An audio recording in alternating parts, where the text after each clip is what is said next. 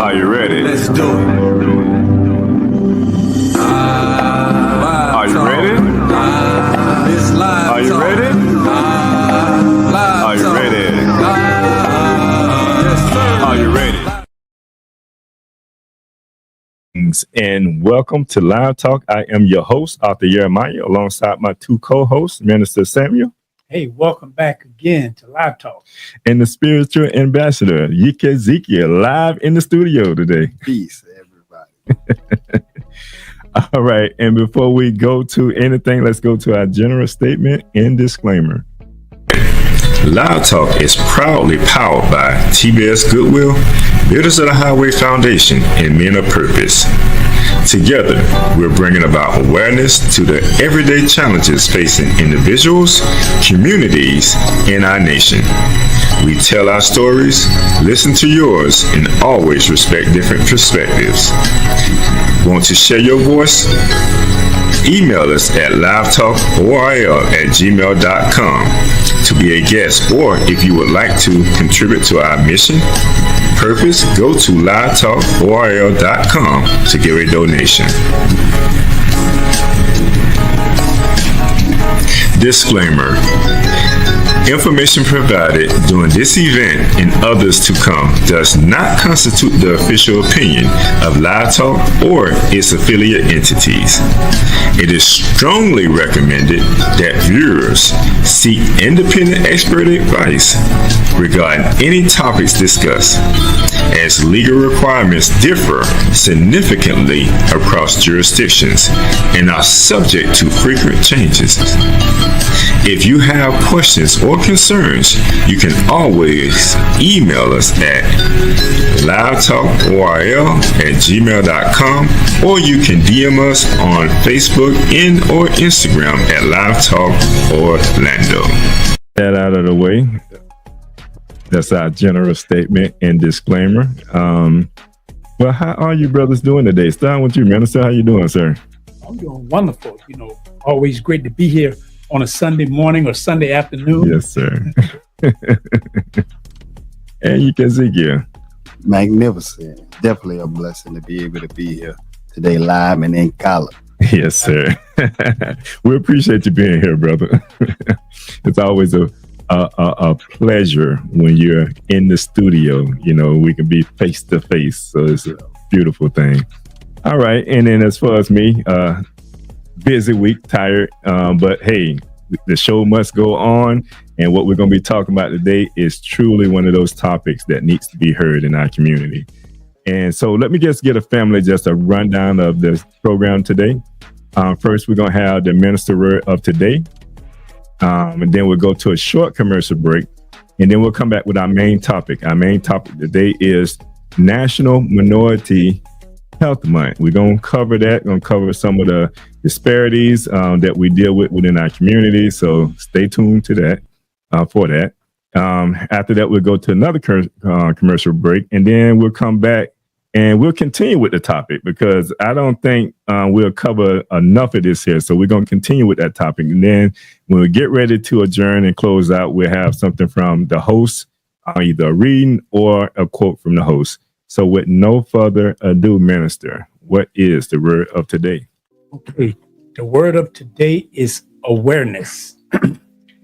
And awareness is defined as the quality or state of being aware, knowledge and understanding that something is happening or exists.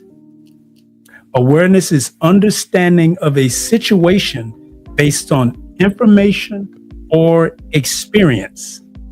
Awareness comes from the root word aware, which is having or showing realization, perception, or knowledge. And what I really found interesting, when you're looking up definitions from sources, sometimes I leave examples. I saw one example and it says, be aware of danger. I think they were talking specifically to us in this particular class, because it's saying that there's some danger out there that we need to be aware of. Yes, and some synonyms are consciousness, being mindful, and observant. All right. We're going to get into all of this today. But But before we do, we're going to go to a quick commercial break and we'll be right back. What do all these people have in common besides a beautiful smile, healthy teeth, and gums? They all use Zodi toothpaste. Zodi toothpaste is made with all natural ingredients. Zodi toothpaste is fortified with moringa and baking soda. Zodi toothpaste is suds-free, making it an excellent choice for kids. All natural, fortified, and suds-free. Get yours today at noystore.com.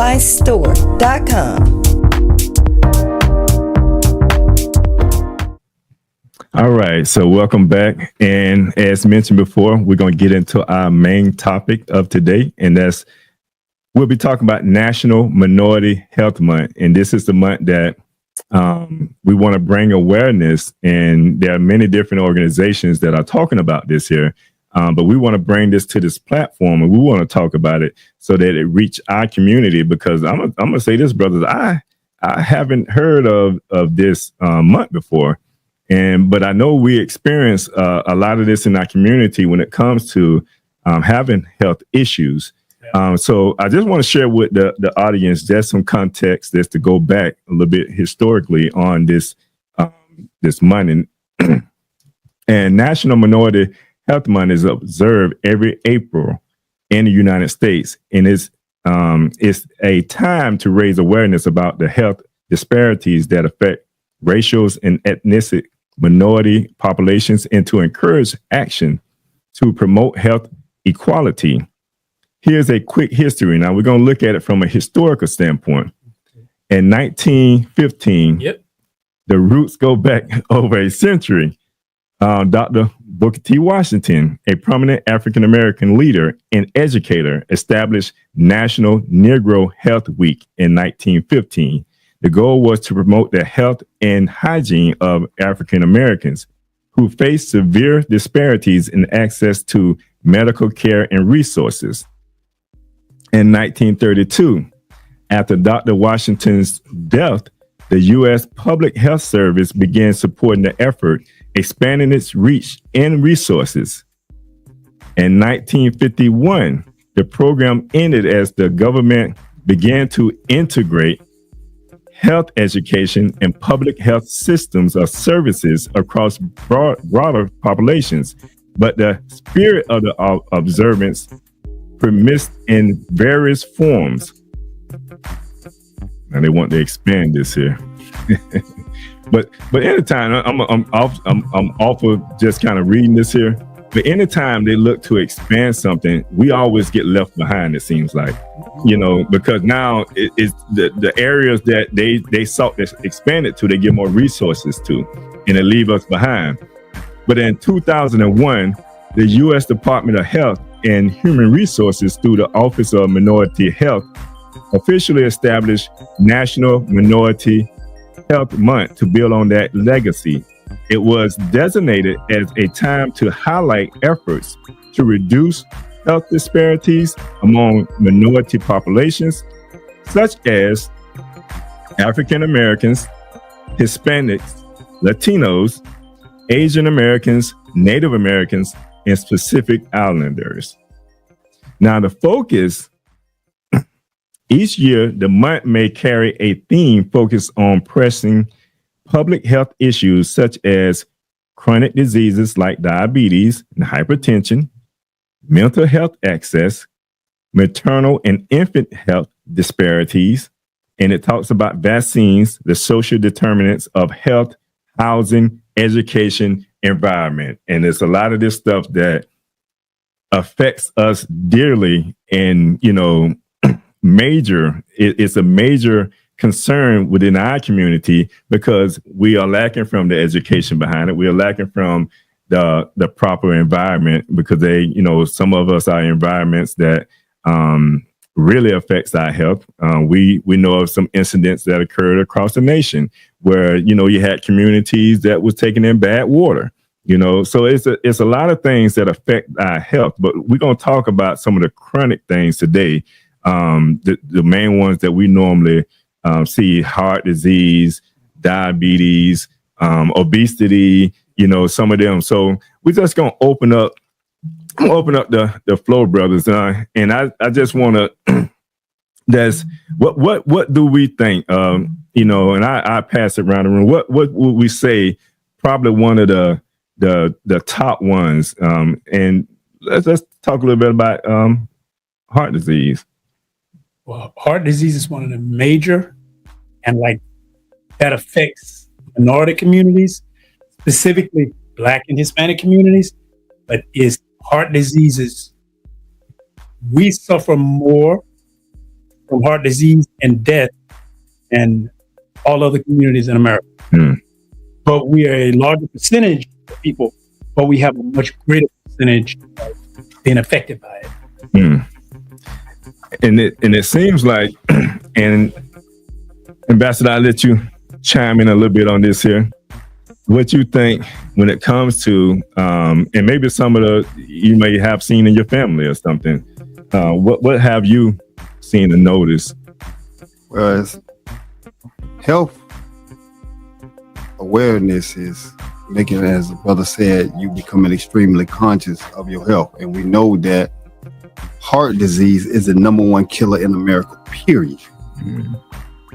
And heart disease is exclusively related to your diet. So every 39 seconds, they're saying somebody dies. The stats show that over 7,000 people a day die from heart disease. Wow. And it's disheartening due to the fact that this particular disease can be avoided because the primary cause, meaning 98.9% of heart disease, is attached to your foods and your drinks. So health means dietary habits also, as well as exercise, as well as other things. But the one thing that we can control, we understand that your diet is your number one addiction. That is a need of humanity. So we must eat. Now, as we were saying, one of the problems of the minority communities is their lack of education of diets, which is leading to the heart disease. And as he said, we are the so-called African Americans are the number one people that are dying from heart disease, because as it says, our lack of information concerning how to prevent, treat, and ultimately cure this. These are not incurable diseases. These are diseases that are predicated upon cause and effect. And if you change the cause, you simultaneously change the effect. So this awareness that has come into an existence through Mr. Washington is now allowing us to become conscious that, hey, we need to make changes in our diet. So we need to start having an understanding of what we need to eat. Even the former First Lady, Miss Michelle, became conscious of it and began to start making changes within the public school system about the diet. She was checking all the vending machines out that was full of the candy and the things that promote diabetes or heart disease, right, which is full of the number one pathogen, which we know is white sugar. So if she, as the First Lady, has become conscious of it enough, then it needs to trickle down to the everyday mothers in the communities to understand that, hey, we need to begin to change. But one of the things that we're going to discuss about this right here is, how does change look and how do we produce change? Because there's some factors that are against the minorities that will stop you from producing those changes. And especially, I guess, when it deals with us within our community. And when we're talking about minority, based off of, the definition of that, you're talking about, of course, us, you're talking about Latinos, you're talking about, I would say, the communities that don't get the proper resources, the education, etc. Because I think that's a key part of. So how much does education play a role in this here? I say it play a major role, and just what my brother, how he pointed that out, is when you miseducated or even just ignorant of it, like with with the heart disease, you said it, but it's not as simple as it is. That's changeable if you change your diet. And part of the education, part of the other disparity and finances is, especially I can speak for Black men, we don't like going to the doctor. Mm-hmm. And then when we do go to the doctor, sometimes we don't like what they say, or we misinterpret it. Mm-hmm. Like we was having this discussion earlier, if sometimes we'll say things are genetic. Some parts of that are true, but another part of that is not necessarily true, because we want to say, well, mama had it, auntie had it, uncle had it, sister got it, so you got it. But the education is they eating pork chops, they eating ribs, they eating macaroni and cheese, they eating sweet potato pie, they eating apple pie, and they chasing it down with gin and juice, and they smoking. If you eat that same way, you will be susceptible to those same diseases. But if you don't eat that way and you get educated that by changing the fuel that you're putting in your body, you can get a different outcome.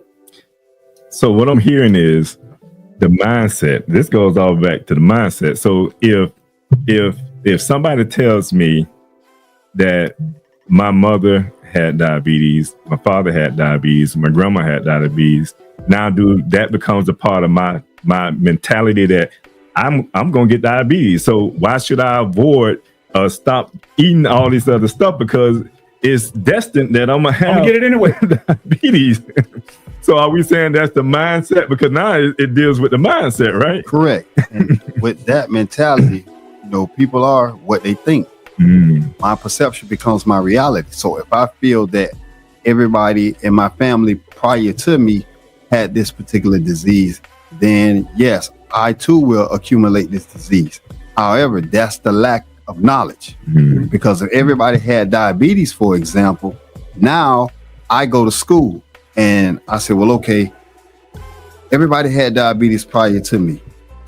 Let me see, can I avoid this? Now I enroll in a dietary school, we say, and I look up what is diabetes, how is it caused? Oh, diabetes is a disease where the island of the language no longer produces the insulin. So you need an outside source from it because you depleted the pancreas to the degree where it can't produce it on its own.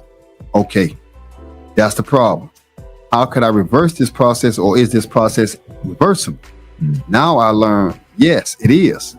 All I have to do now is re-up on the island of the language so that the pancreas can begin to reproduce it. How do I do that? First, I have to take the sugar out of my diet. Then I have to flood my system with the natural sugar that comes from the vegetables and the fruits. That's what my body craves. Now, without that white sugar going into my system, now my pancreas will resurrect itself. Now it can produce insulin on its own. Now I no longer have diabetes. And this is a process that's reversible within months. But our lack of knowledge of the disease itself and how to eradicate it is what's keeping us on the disease or having the disease and causing it to continue to spread. Because if the American Dietitian Association was to put this wisdom out there to the masses of the minorities that, hey, this type of diet right here will prevent diabetes, then no matter if everybody in my family prior to me being born had it, I would not develop it, because this is a cause and effect disease. Cause I'm eating the honey buns, cause I'm eating the annihilators, cause I'm drinking the sugary drinks, I am going to get this right here. It's a fact. It's like, cause I work 5 days a week, at the end of the week, it's a fact, I'm going to get a check. Right. It's just that simple. So when we come into the wisdom or the knowledge of what these diseases source is, then we can change the source and change the problem, because diabetes is the number 2 killer in the minority communities. Again, a 1000% preventable disease. And that's something that doesn't matter what stage you're at, it can be altered. You can eradicate that if you change your diet. But again, back to the mentality of the minority people is, I don't eat because it's beneficial to me. I eat because it tastes good. Yeah. It looks good. Right. So that's the reason why Burger King is in existence. McDonald's in existence. All these restaurants on every corner is in existence.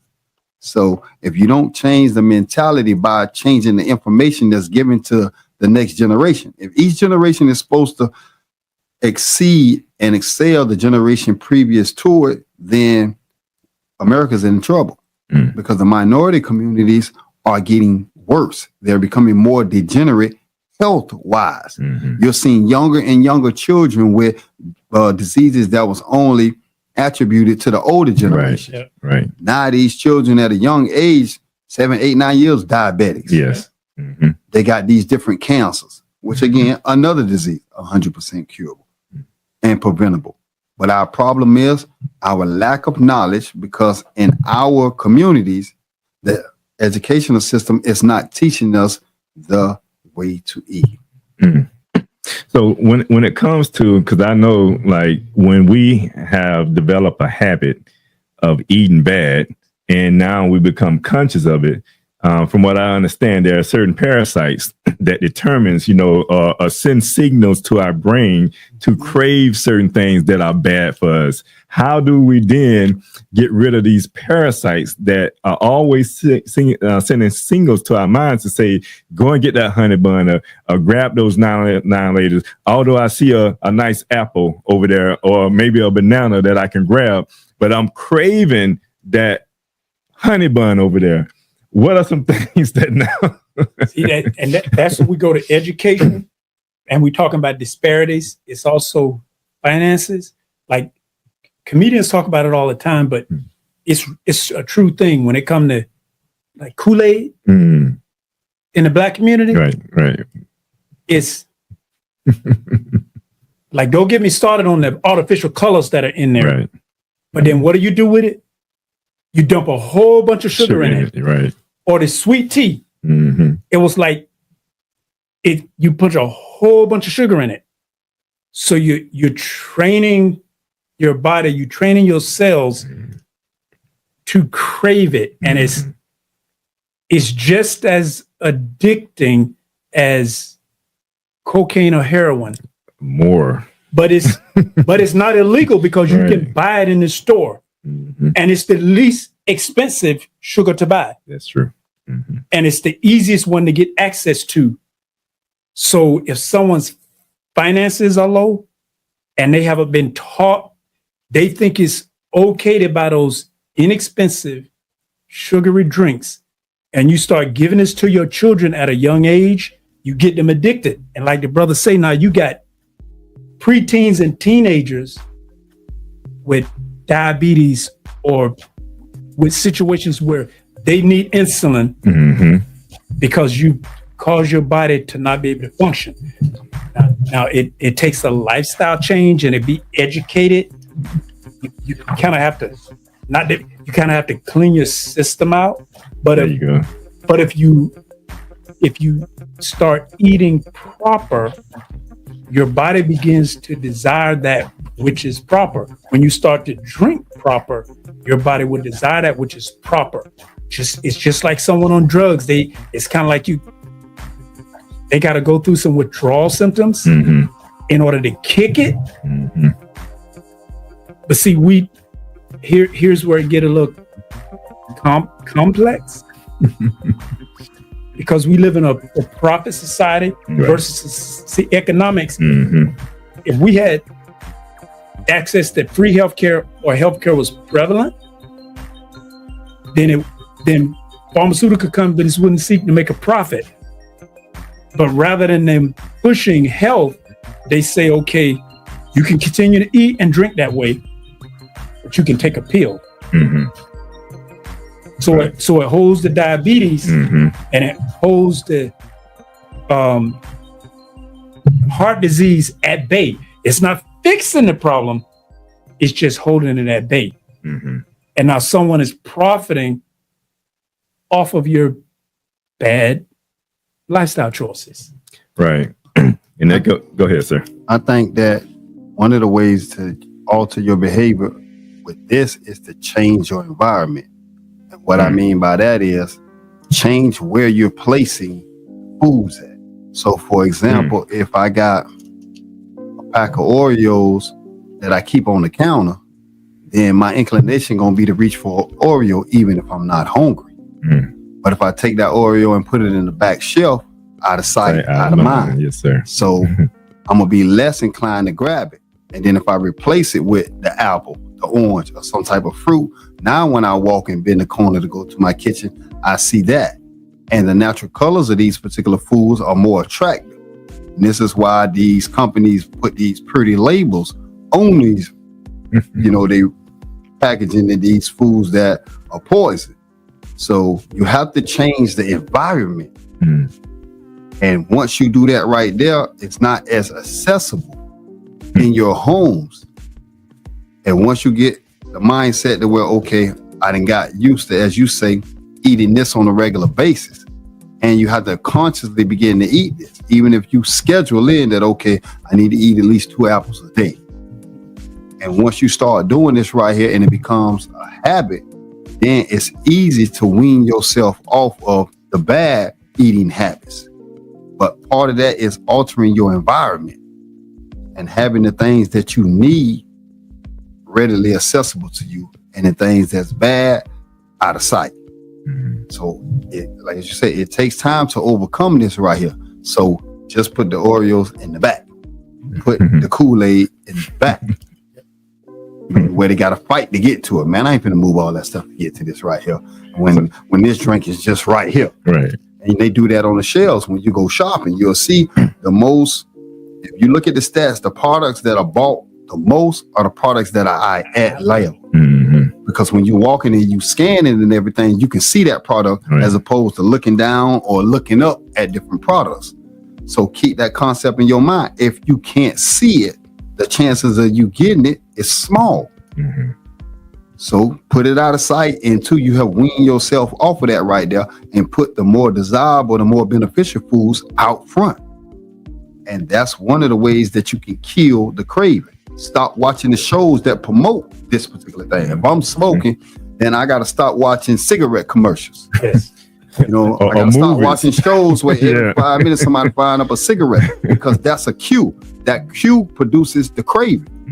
The craving produces, I need the reward for this right here. So you have to begin to eliminate that. Everything is cause and effect. If you do that right there, then you'll begin to subside on your use of that bad product that's harming you. Because even though, as you say, the medical field has said, now we got pills to do this and do this and do this. Nobody has a pill to cure it. I just have a pill that'll make you comfortable immediately while you're doing what you're doing for a particular set time. So yeah, you can drink, you can get a hangover, but all you got to do is take this hangover pill and you'll be all right.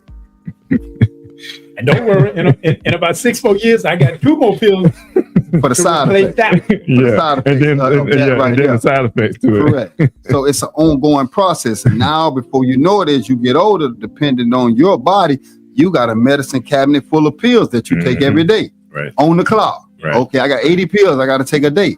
And it's all based on because of what I sacrificed the present and it destroyed my future. So, okay, I made these bad habits. I'm ignorant of these dietary. Now, this is awareness month. Let me become aware. Let me see. Why should I eat a banana every day? Why should I eat a carrot every day? Will it do anything for me? Will it help me? Most people know that basic fruits that we eat, they can name at least one good attribute of the fruit. Well, I know if I eat a carrot, it'll help my eyes. They know things of that nature right there. So why are we not giving that? If it'll help you, it'll help your children, help your nieces, your nephews, or whoever that's in your inner circle. You want to promote health, not only for myself, but for everybody that's around me. Charity starts at home. And that's what we have to understand, that this month is making you conscious that, hey, better yourself. If it's only one fruit or vegetable at a time. Yes, indeed. And I say this, and I'm gonna let you, because you probably want to chime in on this as well, because we're talking about, the foods that people should eat, like fruits and vegetables.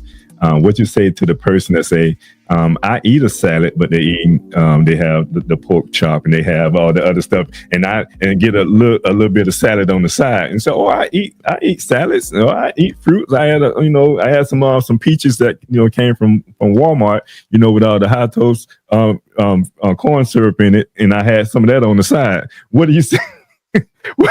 What are we saying to people like that? Two things. The first, since we're saying Awareness Month, and of course we do our disclaimers. I'm not your doctor, but what I can tell you is someone who's familiar with eating a plant-based diet or eating healthy and living in that direction.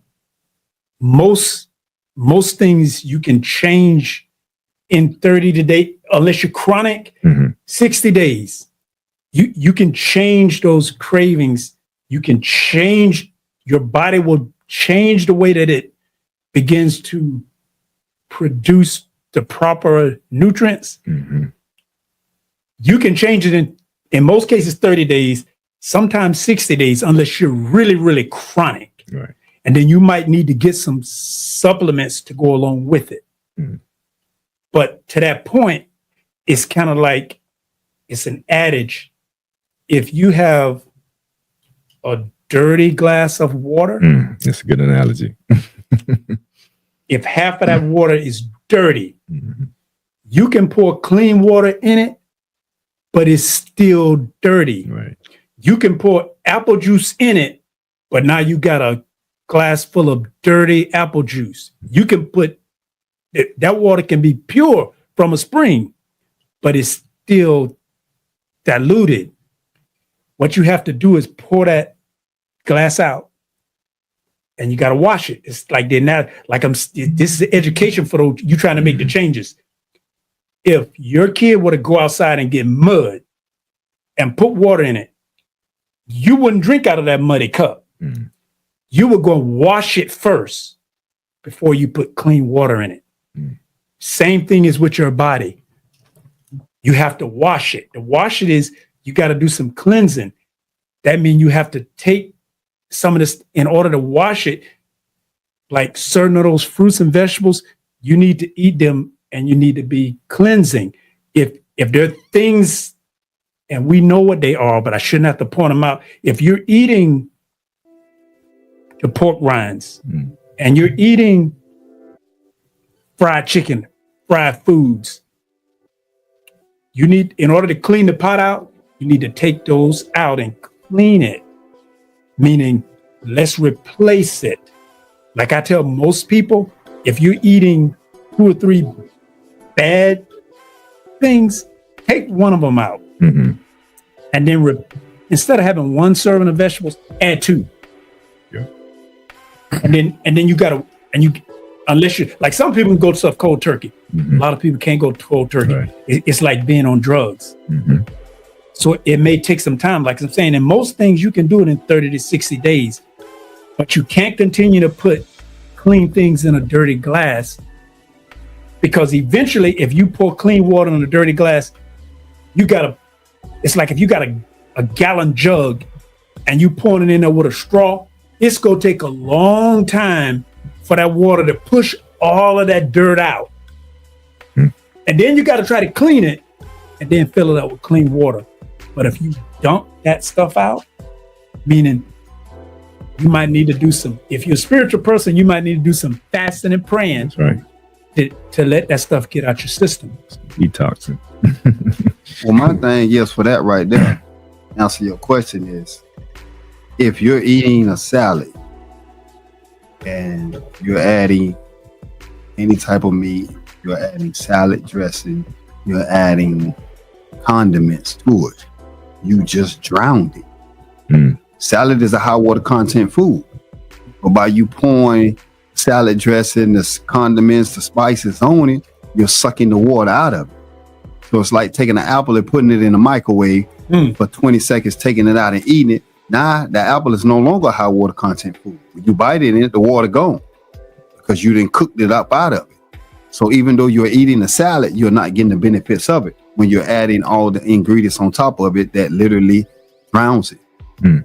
So if you're going to eat that salad, then even if you're eating it with meat, that's cool, because you're in what is now called the proper food combination. That's the biggest issue with our health. What we're eating in combination is wrong. So if you're going to eat an animal protein, meaning the meat, then you're supposed to mix it with a high water, meaning of vegetable, not a starch. We like to eat hamburgers and fries. You eat an animal protein with a starch. The human body has two liquids in its stomach: alkaline acid. Acid is to break down animal protein, meaning meat.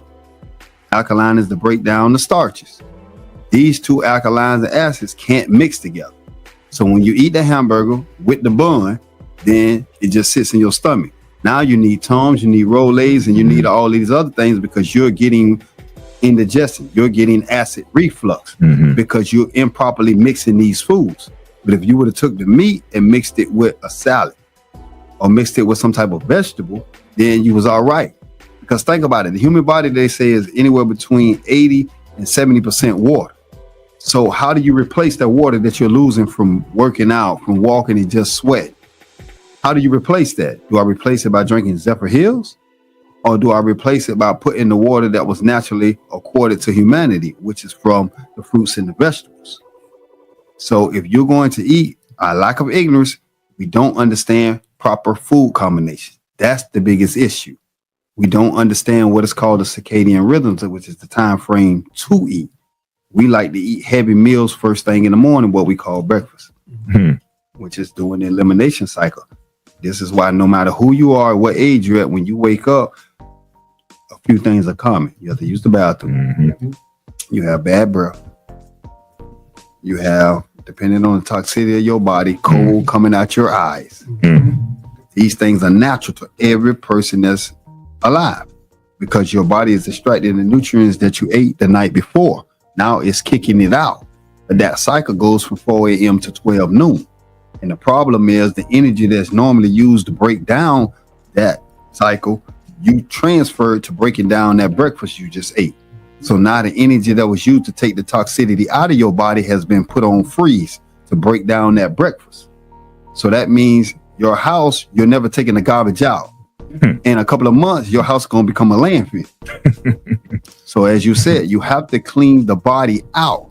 You can do that daily by making sure whatever plate you sit down and eat, you should ask yourself, is this food going to cleanse me? Meaning, is it has water in it, or is it going to clog me because it ain't got no water in it? Water is used to clean everything on our planet. You're not going to go outside and you're going to use a candy bar to clean your car and think your car going to be clean. You need water. Right. So why would you think that your body don't need water to clean itself? You use water to clean the outside of the body. You have to use the water to clean the internal part of the body.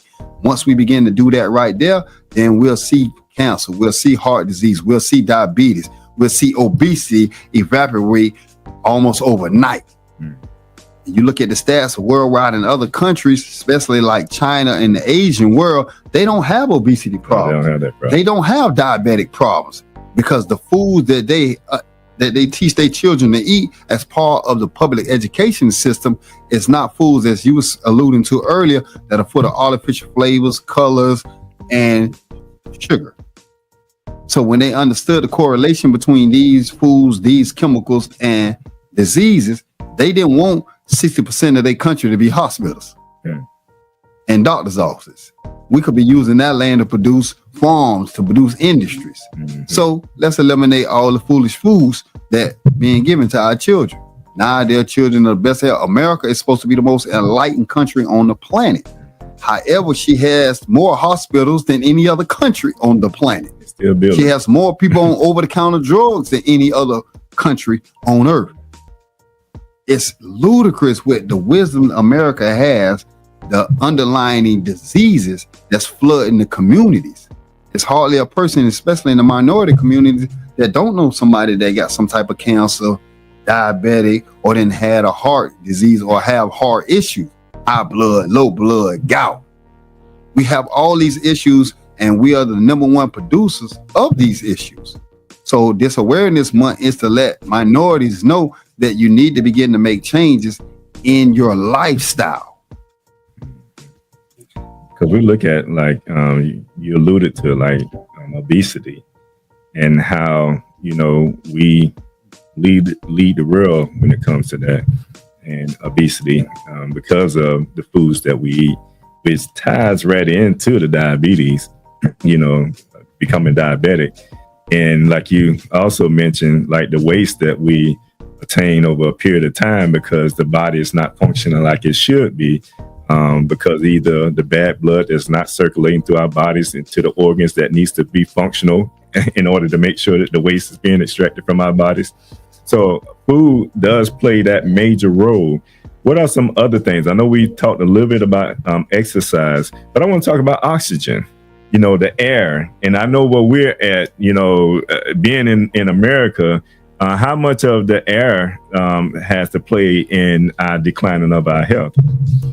Environmental issues are a big one. And as well as that goes into education, it goes into economics, because in affluent communities where they have the resources and they can afford to eat a better quality of food, they live better, they're less sick.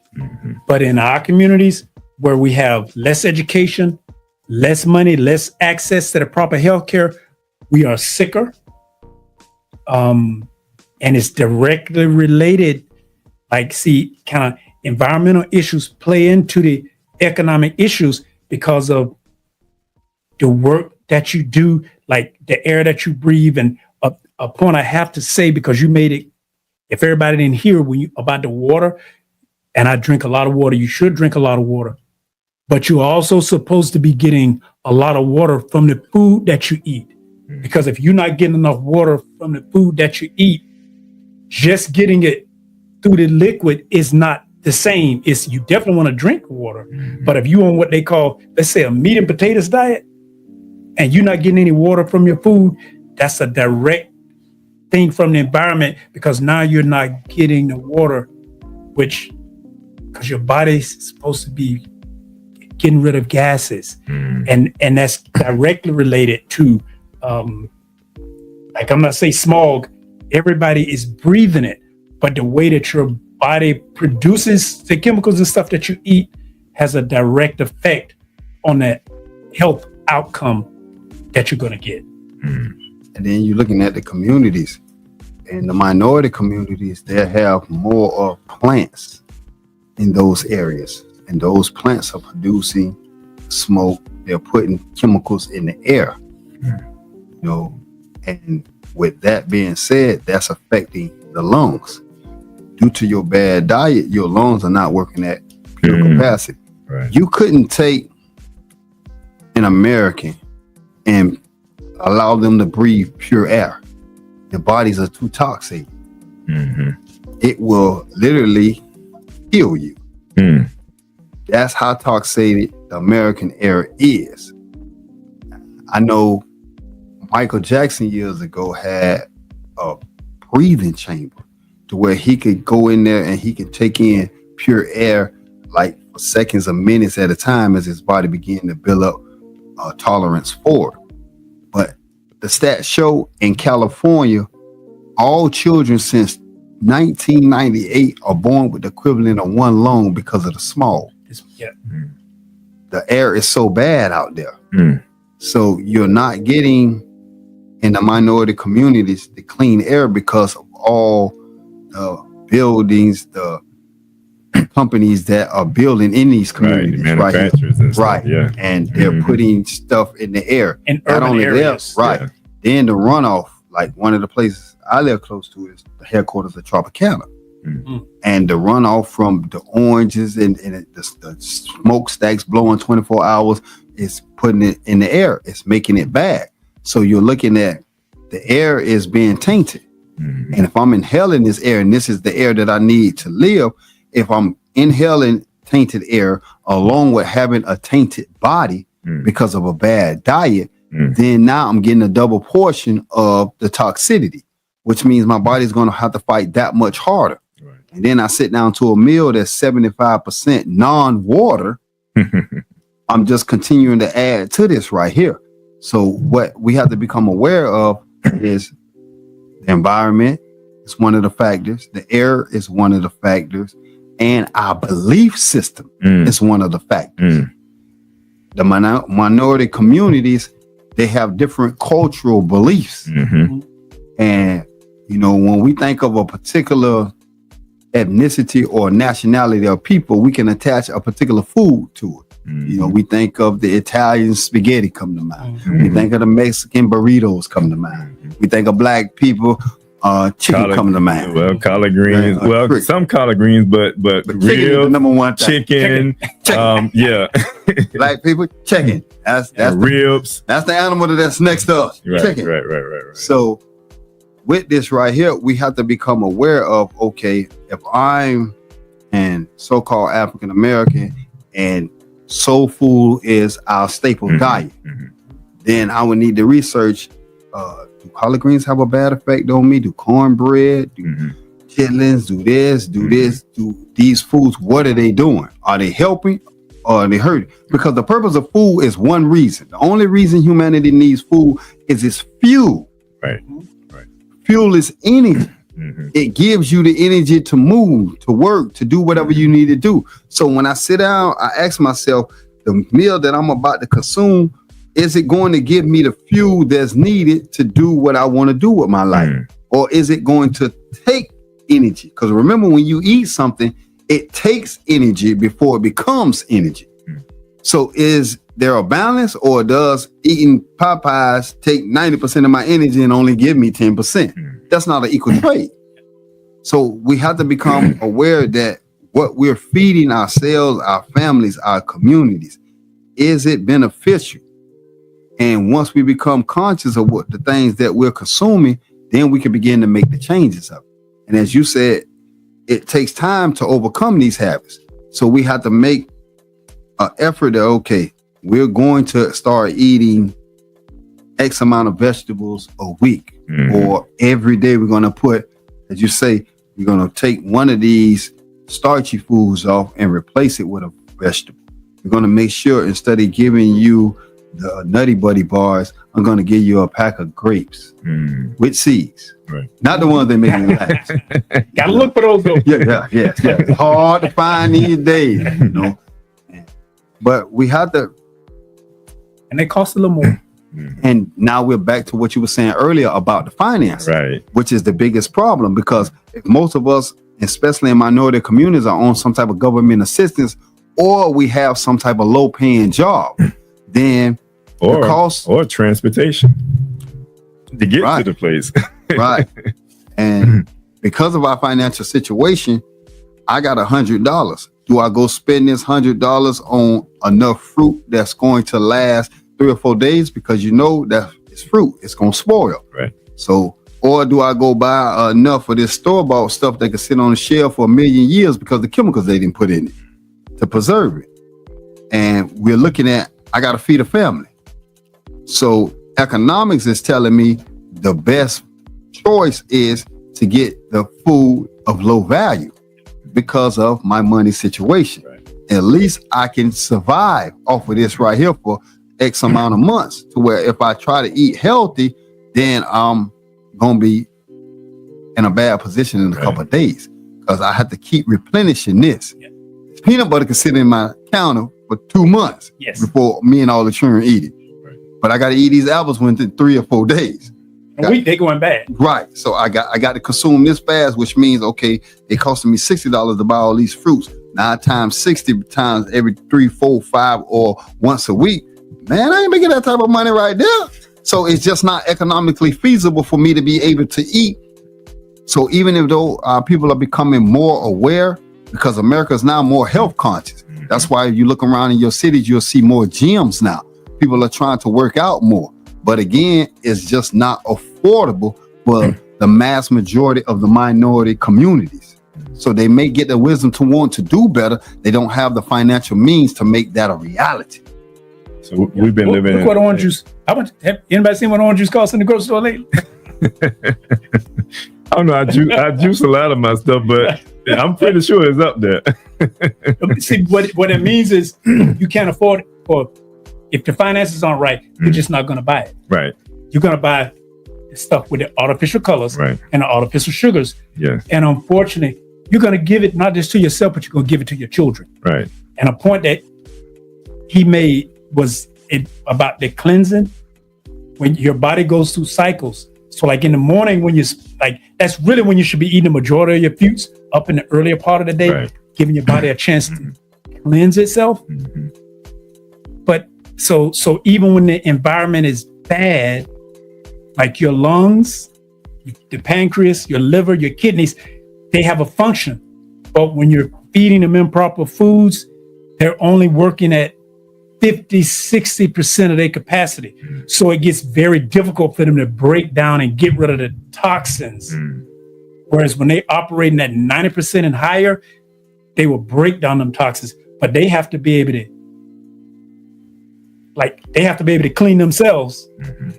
But when you're on a cycle of first thing you get up in the morning and you go into McDonald's because you're in a hurry to get to work and you're eating a big breakfast, the big McDonald's breakfast, your body, it can't cleanse that. So your body don't have no time to cleanse. And if you're in an environment where the air is not the best, and then heaven forbid you're a smoker, see, it's like now you're down to like 50 or 40%.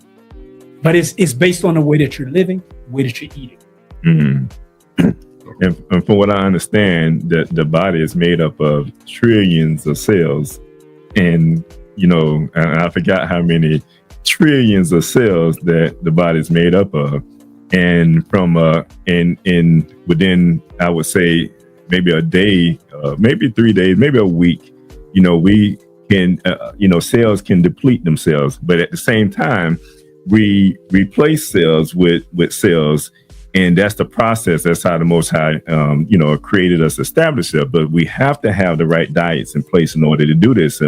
But when we lack this here, that's when we see some of the issues that occur, like within our system, because we have a system in place. Then that system works perfectly if we keep the right fuel, like what we're talking about, in that system. Because the gases that we're talking about, the pollutions that we're talking about, those are greenhouse gases. Those are the fossil fuel and all these other different types of pollutants that we inhale over a period of time, depending on where you stand at.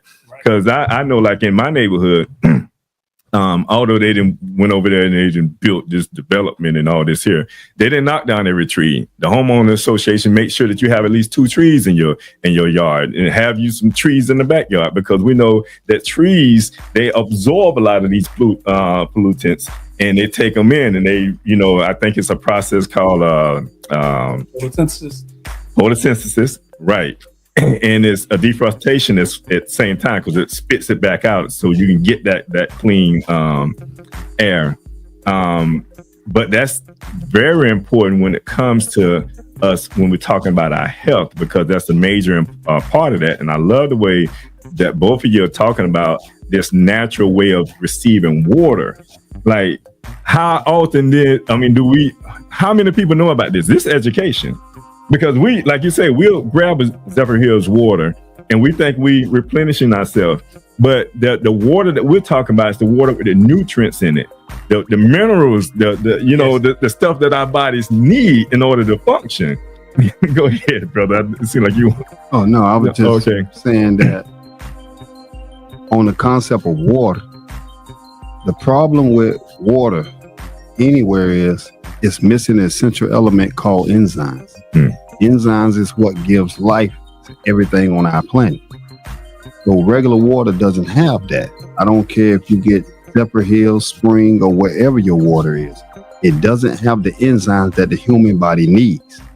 It doesn't have a natural affinity with the cells of the body. But if I take this apple and the water that's in that is from the earth, think about that. The human body comes from the earth. So the cells have a natural affinity with the fruits because they're from the same source. So that water now, once it hits the system, it does 2 things that no spring or natural water can do. 1, it takes the nutrients to the bodies. 2, it takes the waste away from the body. This is what, as they say, hydrates you.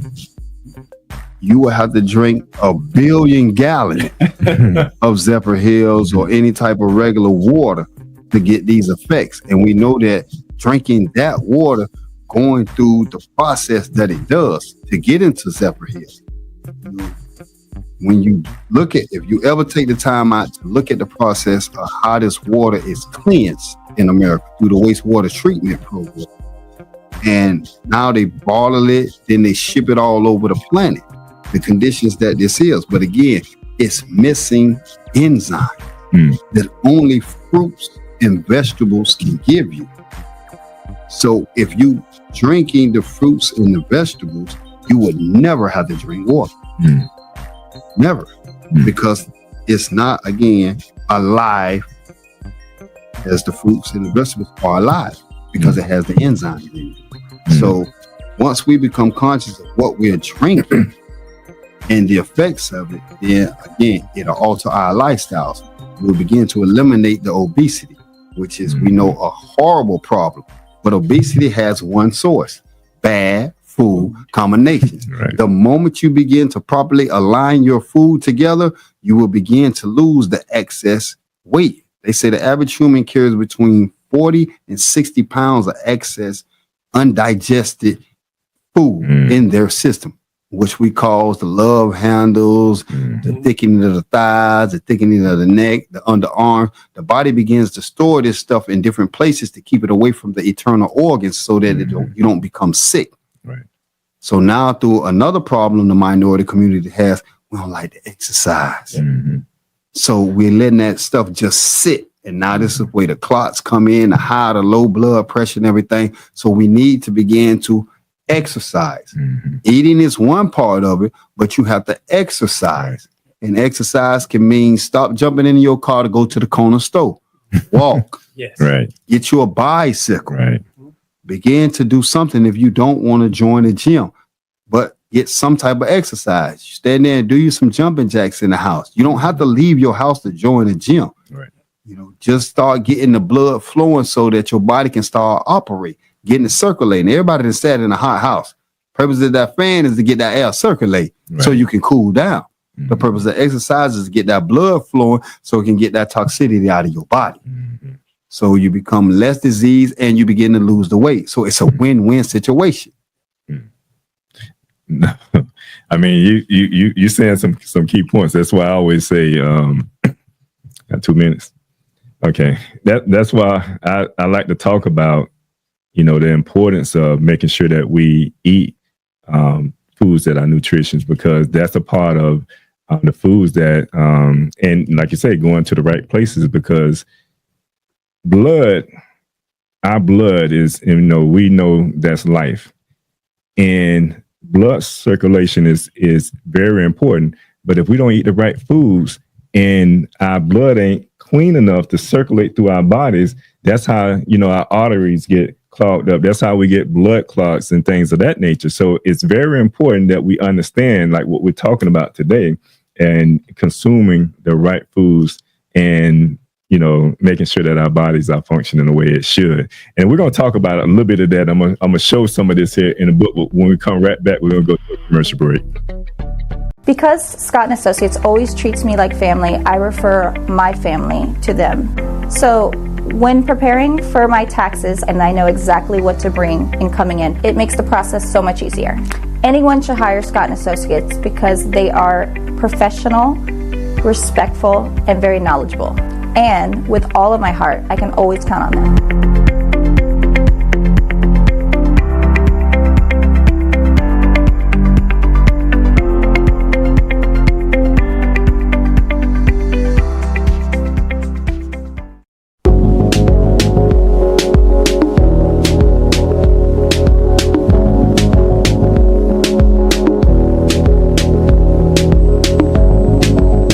This just in, breaking news out of Miami, the city of Yahweh. The Passover, Feast of Unleavened Bread, is back. Mark your calendars for April 1st through the 8th. This extraordinary event is a spiritual experience like no other. uniting the nation of Yahweh for 8 unforgettable days of faith, fellowship, and celebration. Make sure to be there in person for the on-site celebration on April 4th, 5th, and 6th. Don't miss this divine opportunity to reconnect, rejoice, and keep the law of Yahweh. Also, to honor the sacred teachings of our Messiah, Yahweh ben Yahweh. Join the nation of Yahweh in Miami, the city of Yahweh, for the Passover and Feast of Unleavened Bread. It's a celebration of unity, history, and the spirit of Yahweh. Hope to see you there.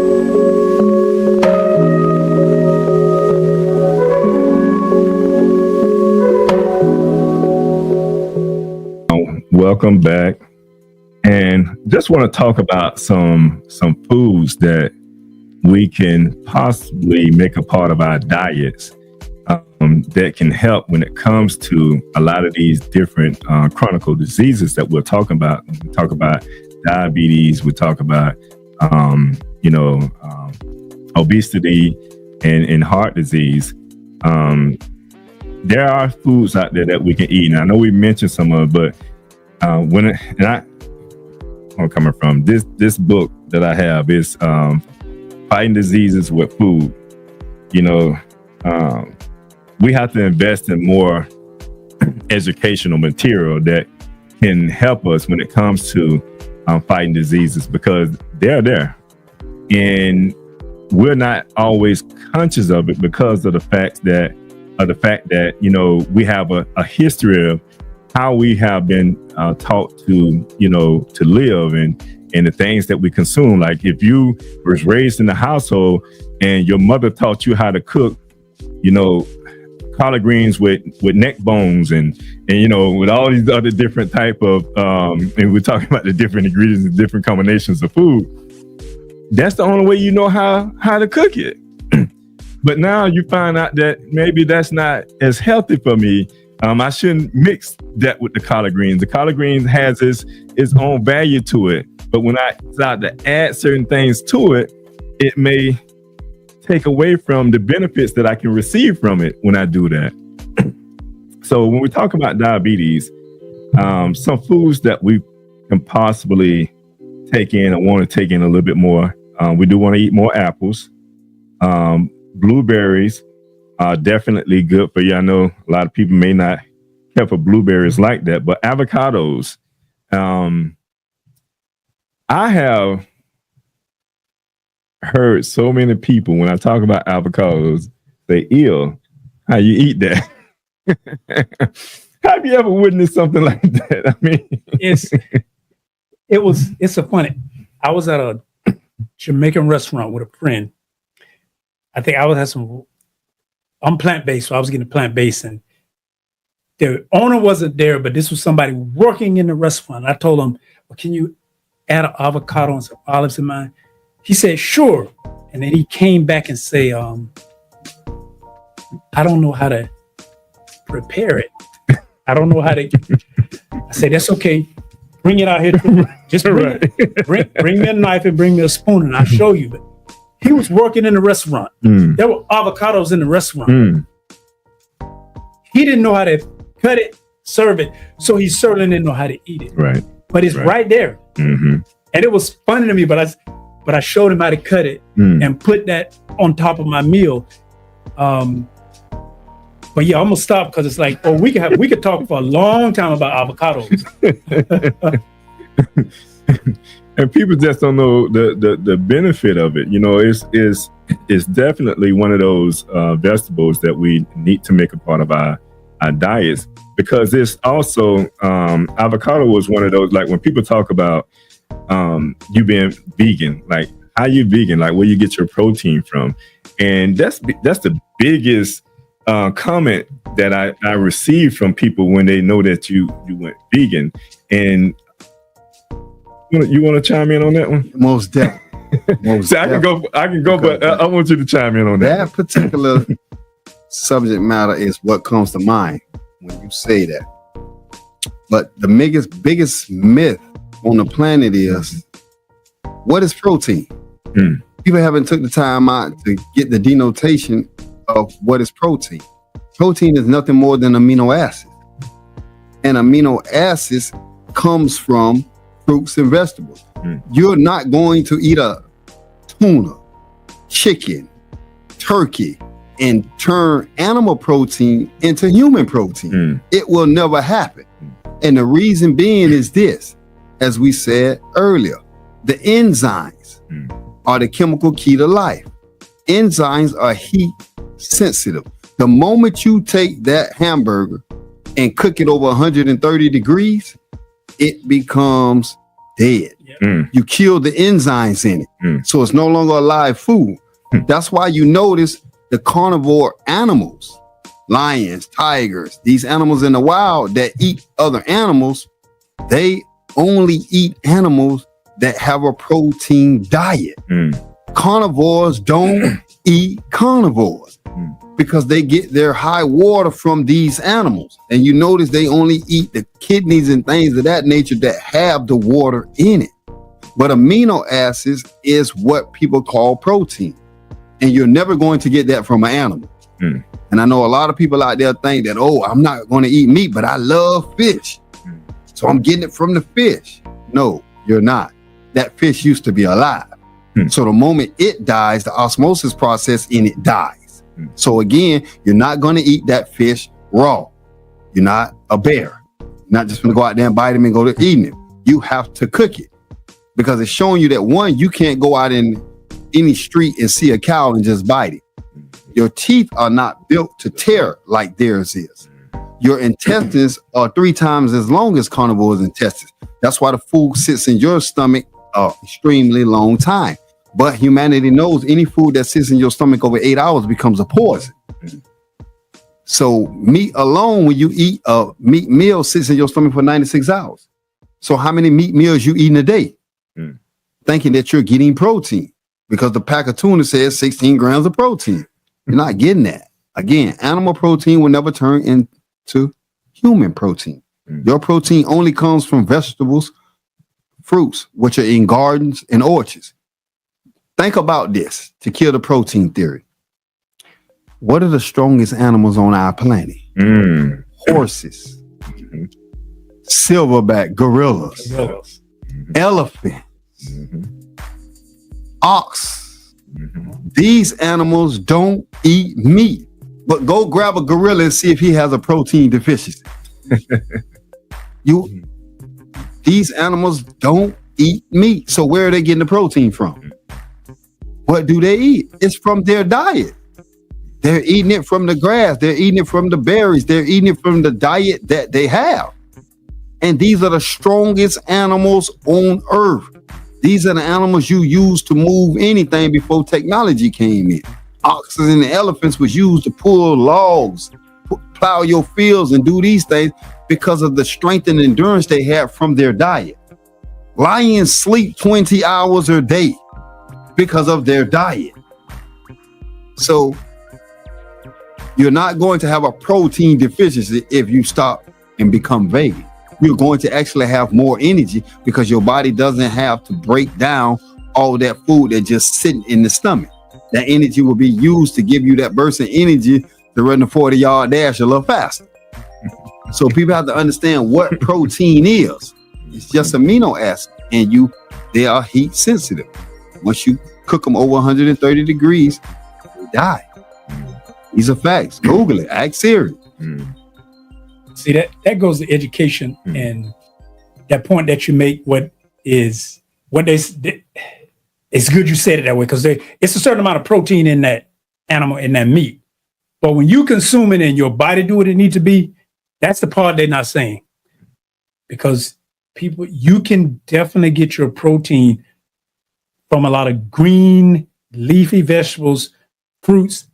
But the example you make about the animals, cut it all out, but it goes back to what we were taught as children, that food pyramid, and the meat industry is the one who put that information out there. It has since been now known that pyramid that they put and how they put the meats up there, that's because they profit from it and they want to keep that industry going. And they say that is where you must get your proteins from. So people have, I remember that when I was a little, they taught us that from like grade school, but it's not a fact. The fact is it's not true. When you mention about cells, but it is your body, living food. Let me put, if you're eating dead food, you're not getting the living enzymes. When you're eating living food, you're getting living enzymes. But if your cells are constantly reproducing themselves when you feed them properly, but when you're not feeding them properly, then you're losing more cells than you create. And the problem with that is now your body begins to break down, and that's what causes diseases and illnesses, and even cancer from an elementary level, is that you're consuming more cells than you're reproducing. But when your body is reproducing cells, it don't matter about the dead cells. But when you start losing cells, the problem is when it starts affecting things like your organ, like your pancreas, your liver, your kidneys, now your body can't do normal functions. But it's supposed to be reproducing those cells. And it's all about the living foods that you put back in your body.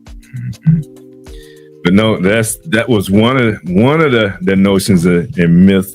Now, can we think of another myth when it comes to eating properly, like we're supposed to eat? The number one myth is milk does a body good. It's on TV. Serena told me that. Mike told me that. All the sports stars and celebrities tell me milk does a body good. But again, let's look at cold hard facts. If you do not domesticate an animal, there is no animal on the planet Earth after the weaning stage, which is, depending on the animal, can be anywhere from a couple of months to 2 years. No animal drinks milk.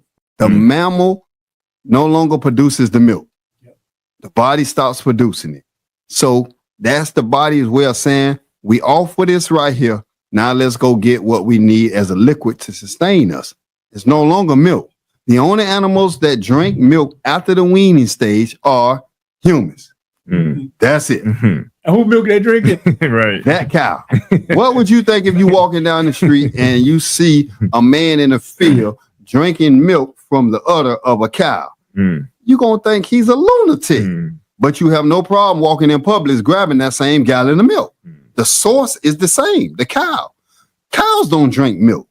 Calves drink milk, but not a cow. But once that calf reaches a certain age limit, it stops drinking.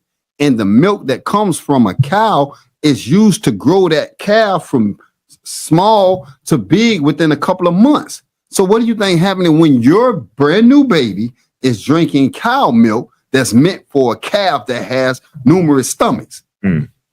It's meant to build that calf up at a fast pace. The human body can't take that. And this is why these children get sick. Every human after the age of 18 months is lactose intolerant. Your body no longer produces lactase, which is the enzyme that breaks down the lactose. It only do that during the weaning stage. So that was the Most High way of telling you that, hey, we off the milk. You don't go to stop drinking human breast milk and then start taking over from the cow or the goat. It's just not logical.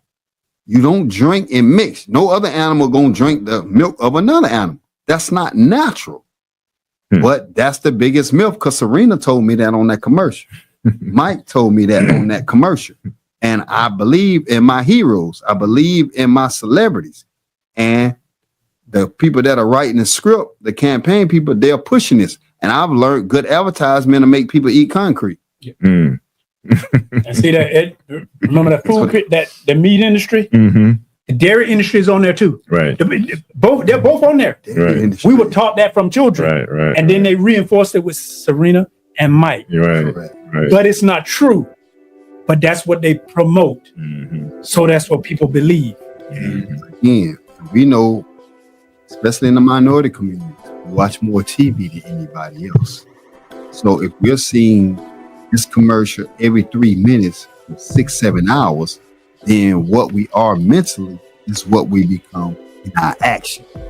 So if I'm seeing these stars, these celebrities, these entertainers do a particular thing and I want to be like them, I'm gonna mimic them. And we're mimicking them by drinking the product. Might advertise Gatorade, for example. Everybody started drinking Gatorade, but you come out better drinking dishwater. Look at Gatorade. Next time you're in the store, get a bottle of Gatorade. Look at the ingredients. It's going to say 0% juice. Zero. So if there's no juice in a juice product, what are you drinking? Right. What are you drinking? Gatorade, all these A's, all of these things are being made in labs. And they tell you Gatorade was made in the lab by the people at the University of Florida. So they're not using the natural remedies that are congruent with the human body. They are playing the mad scientist role, and they're giving you what they call it, a knockoff product. Artificial, yeah. Right, a knockoff product that has numerous side effects, because the number one product of these is sugar. You look at any grocery store, what's the most prevalent item in the grocery store? Sugar. No. Product. Oh, product. What's the number one product of any grocery store that you go to? You never believe what the number one product in these stores. What you put out. What is the number? Cereal. Oh, that's a major aisle. Cereal is the number one product sold. And just take any cereal. I don't care what cereal, the next time you're in the aisle, and look at the ingredients. And understand the process of how cereal is made. You're going to see that cereal is over 60% sugar. I don't care what cereal. But look at the process of how they heat it up, how it's actually made. Dr. Kellogg, first one, came up with the cereal when he decided, okay, we're going to start making people eat breakfast. And the process that it goes through. And you'll be amazed at how they make cereal. And then depending on the cereal, the artificial flavors and colors that they add to it. So it's our lack of knowledge concerning food and its correlation to the human body that's leading to the mass majority of, let's say, heart disease, diabetes, obesity, cancer. And then they play on our emotions, because St. Jude and places like that will show you these little children in these cancer hospitals that need your help. So, we would donate to these because we understand the plight of these children, and we have a natural compassion to want to alleviate that issue from them. Yet, in an enlightened society, we would teach our children how to eat, to live according to the human body. Any automobile you buy, it comes with a manual. Any product you buy comes with a manual to teach you how to use this manual to get the best out of it. So if the body is like a car, would I put the worst fuel in it so it'll perform at a lower pace, or would I put the fuel that the manual says goes in it? So nobody's going to go put jet fuel in their car because they know what jet fuel going to do. You ain't gonna say, oh, well, I would have had the fastest car in the neighborhood, so I'm gonna put jet fuel in it because it make the jets go so fast. Can't handle it. It's gonna tear your car up. Your car's not made for jet fuel, no more than your body is made for these foods that's tearing it down. So minority communities, we have to become more health conscious, because this leads to the other half of April being the month of autism also. This plays a huge effect in the diet of the mother and the shaping of that child when it's in her womb. So we have to become conscious right here and make better choices. Right. Well, we get into that the ending of this show, this program. But definitely I look forward to picking up on this here, because there's so much that we can talk about. And I think it's a lot of information that we shared today.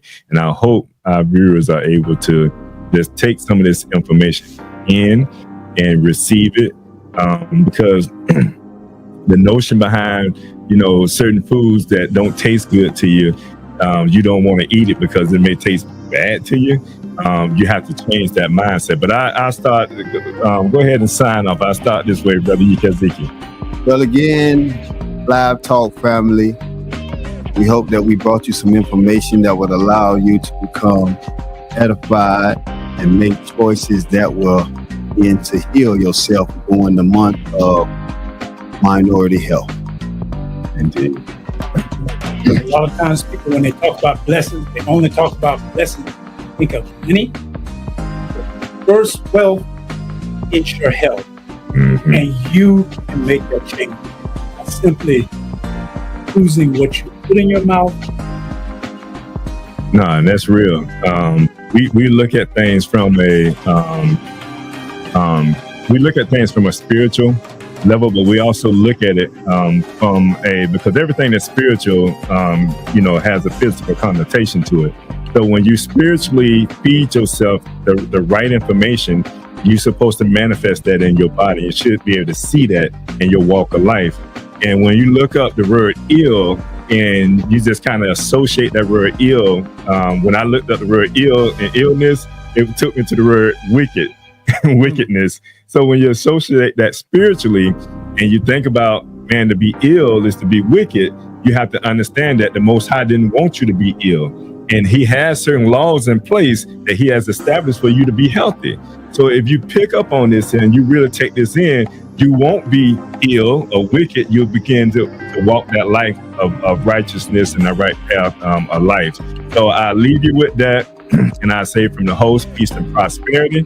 And from Live Talk, we are out. Thank you for watching Live Talk. You can follow us on Facebook, Instagram, and YouTube at Live Talk Orlando. Please subscribe to our YouTube channel. Hit on the notification button so that you can see more videos like this.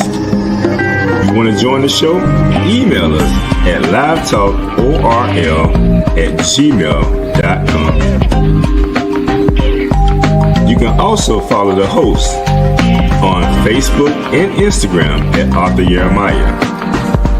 And visit the website, thenoystore.com, to pick up your copy of The Spiritual Significance of a Name.